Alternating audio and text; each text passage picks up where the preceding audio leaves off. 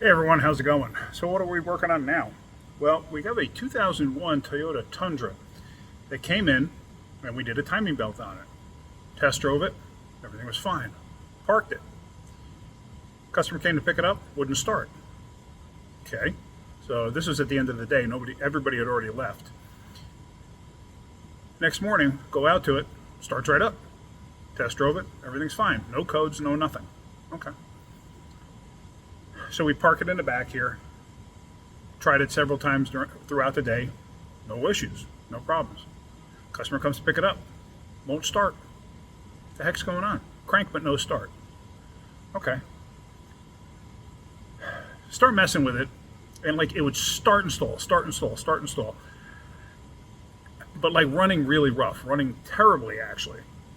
So like, what the heck is going on here? We went over everything that was done for the time belt. Everything was perfect. Couldn't find anything wrong there. We had also put in a set of spark plugs. So let's take a look at the spark plugs. So we'll pull a couple of plugs out, take a look at them, and this is what we find.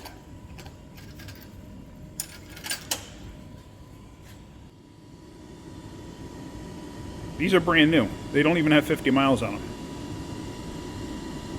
This is what we find. Like flooding out or something. All right. Let's check fuel pressure. So I go ahead and put a fuel pressure gauge on it. Everything's fine. Matter of fact, here's the gauge right here. Tapped into the system. I even have a spark tester on there. So everything's testing out fine. Like can't figure out what's going on. So like I said, not setting any codes either.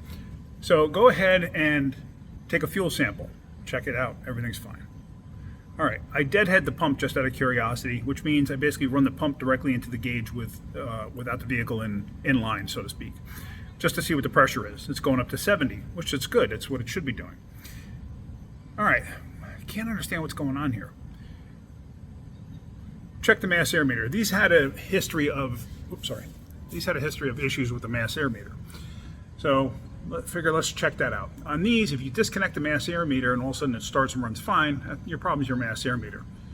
Is that possible? So we tried it, didn't change anything. All of a sudden it starts and it was running fine in the shop. What the heck is going on? This was yesterday. I'm sorry, not yesterday, day before, because yesterday was New Year's Day. Sorry, what the heck's going on here? So get back to it today, won't start. What the heck is going on with it? So I'm just looking at stuff on the scanner, cranking it. I got RPM reading. I have everything I need. Can't figure out why it's not starting. All right. Once again, I check fuel pressure. I pinch off the return line just to see. Everything's fine. Take the air intake off. Look at the throttle body. Everything's fine. Let's look at the timing belt. Take the covers off. Look at the timing belt. Line up all the marks. Make sure possibly did it wind up coming a tooth off or something. Nope, everything's fine. But that wouldn't explain like how come it road tests fine and all of a sudden it doesn't. Then all of a sudden it wouldn't start rather. Can't figure it out. What the heck is going on? So I put a spark tester on it. And I'm cranking it, and like I said, it would like start and shut off, start and shut off. So it's like if you kept cranking it, it would be like and it would start and shut off. Didn't make any sense. So I was doing that and I was watching the spark on the spark tester, and you can actually see it all of a sudden get weak and then come back to life. And when it got weak is when the engine would kind of shut down. So I'm like, well, that's strange. That's really, really strange. So what could possibly be going on there? So I went down and I double checked the crank sensor. Crank sensor looked fine. I'm like, for the heck of it, let me just grab a crank sensor and throw it in. Like I said, everything's testing fine. Ohmed out the crank sensor. Everything tested fine. I looked inside at the tone wheel when I pulled the crank sensor out. Everything looked fine. I turned the motor over. Everything's fine. What the heck's going on? All right, so I put a new crank sensor in. Let's see.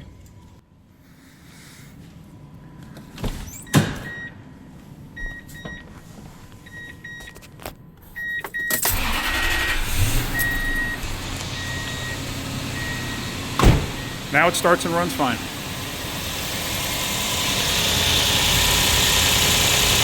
I know in the camera's eye that may look like it's not flashing smoothly, but it is. The other thing too is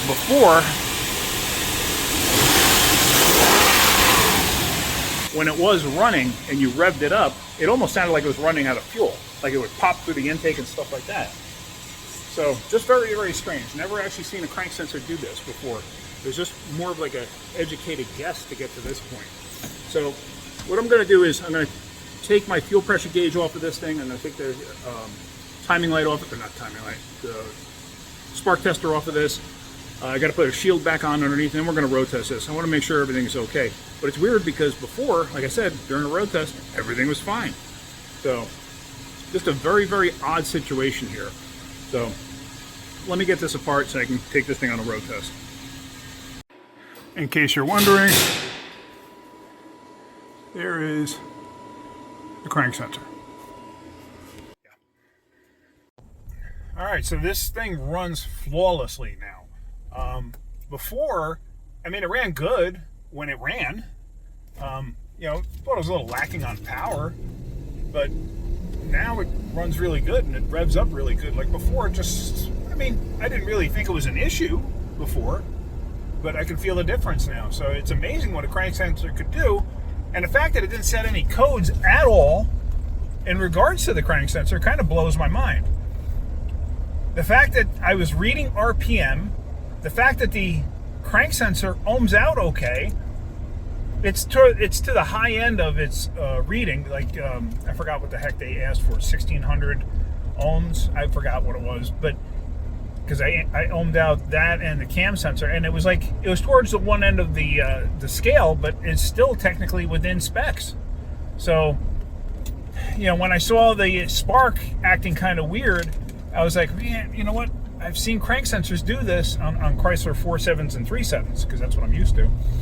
So I was like, let's throw a crank sensor in. And as soon as I put the crank sensor in, it was smooth as daylight. You know, it started right up and it was smooth and everything. So, yeah, this is one for the books. Yeah, this is a very unusual situation, very unusual circumstance. I mean, I can't tell you the last time I had one like this that kicked my butt. Well, I still got that Nissan that's kicking my butt, trying to figure out. And the problem with that is I have such a small window to work on it to figure out exactly what's going on. You know, sometimes I could start it up and it'll run absolutely fine. Other times I'll start it up and I'll have that problem. Sometimes I go to start it and I won't even start. So I wonder if I should just throw a crank sensor in that and see what happens. That might be an option. Anyway, all right, I'm going to get this thing back to the shop and the customer can come pick it up. You know, she was really cool about the whole thing. The fact that she came to pick it up and it wouldn't start, very cool about the whole thing. She's like, you know, things happen. What are you going to do? And, you know, that's the type of people I love dealing with. You know, things happen that's beyond our control, you know. Do we feel bad? Absolutely. Do we lose sleep over it? Absolutely. So, you know, it's always nice when you're dealing with somebody that has an understanding of, hey, you know, not everything goes according to plan. So, all right, let me get this back to the shop and call the customer and say you're all set. All right, guys, that's it. I hope you got something out of that. If you did, hit that like button. If you could, please subscribe. All right, have a great day and keep wrenching.